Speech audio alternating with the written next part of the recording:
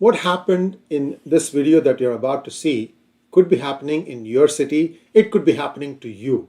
Well, it actually took place in Minneapolis, Ilhan Omar country.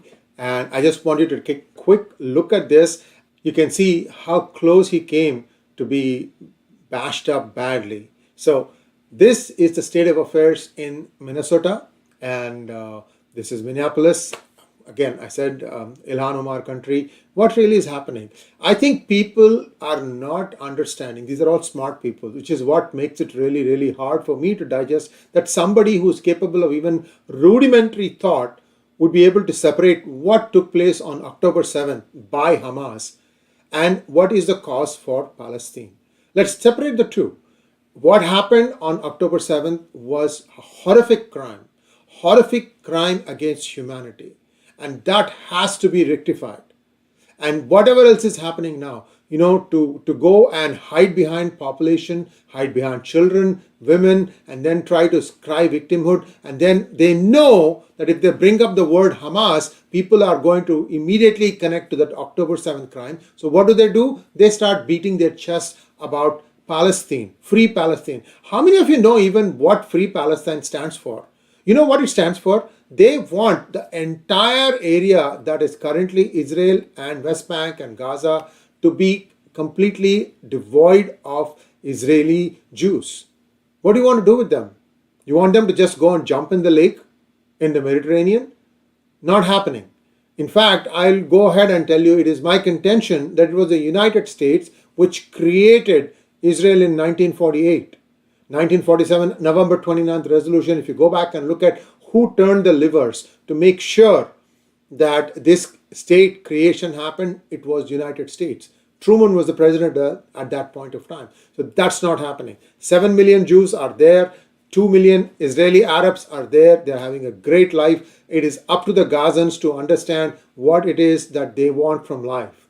Until they do that, they'll continue to, be treated as cannon fodder. I'm sorry to say this thing by Hamas. It will be somebody else tomorrow. Oh, you guys are saying that Hamas was a creation of Israel and the United States? Well, first of all, please understand how Hamas got created. It got created as an NGO, a non-governmental organization. Then how did that movement get hijacked into what it is today? That's something that the Gaza and Palestinians have to answer. So a lot of things have happened, guys. Let's look forward and see what happened. This is what happened in Minnesota yesterday. A pro-Palestine mob takes over the street and swarms an elderly driver in Minneapolis. After the driver made it through the initial mob of people, he was blocked at the next intersection by cars. The mob then chased after the man to harass him some more. Footage on the ground appears to suggest that the man may have been pepper sprayed in the face as he seemed to have a difficult time opening his eyes. Pro-Palestine protesters tried breaking his windows and dented the side of his car. The group organizer, 𝙒𝙑𝙤𝙑, reportedly shared the video online himself and then told the radicals to find the man in a now deleted post. This guy is saying, go find the man. What exactly did you do? Here we go.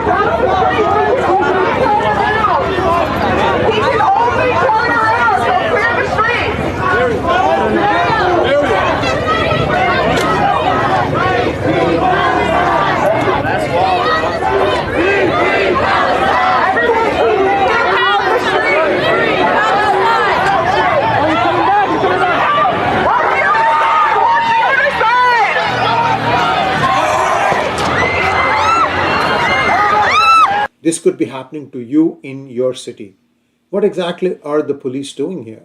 I didn't see a single cop there. It was all completely demonstrators.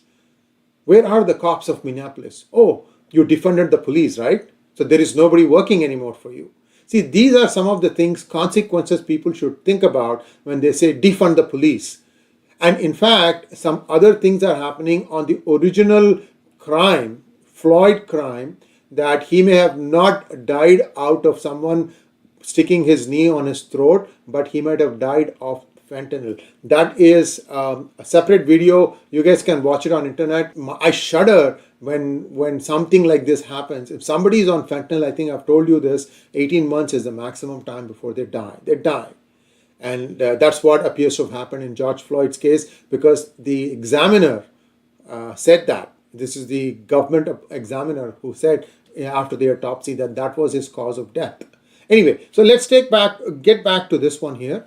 This is where things stand as far as Palestine, as well as as far as Minneapolis is concerned. As always, you can expect Ilhan Omar to come up with a statement, and I have given you the link in the description section. You can look at her statement also. What she ought to do, herself, Rashida Tlaib, all the members of the squad who are sympathetic towards Hamas, go and watch it for yourself. What is happening at the southern Gaza border?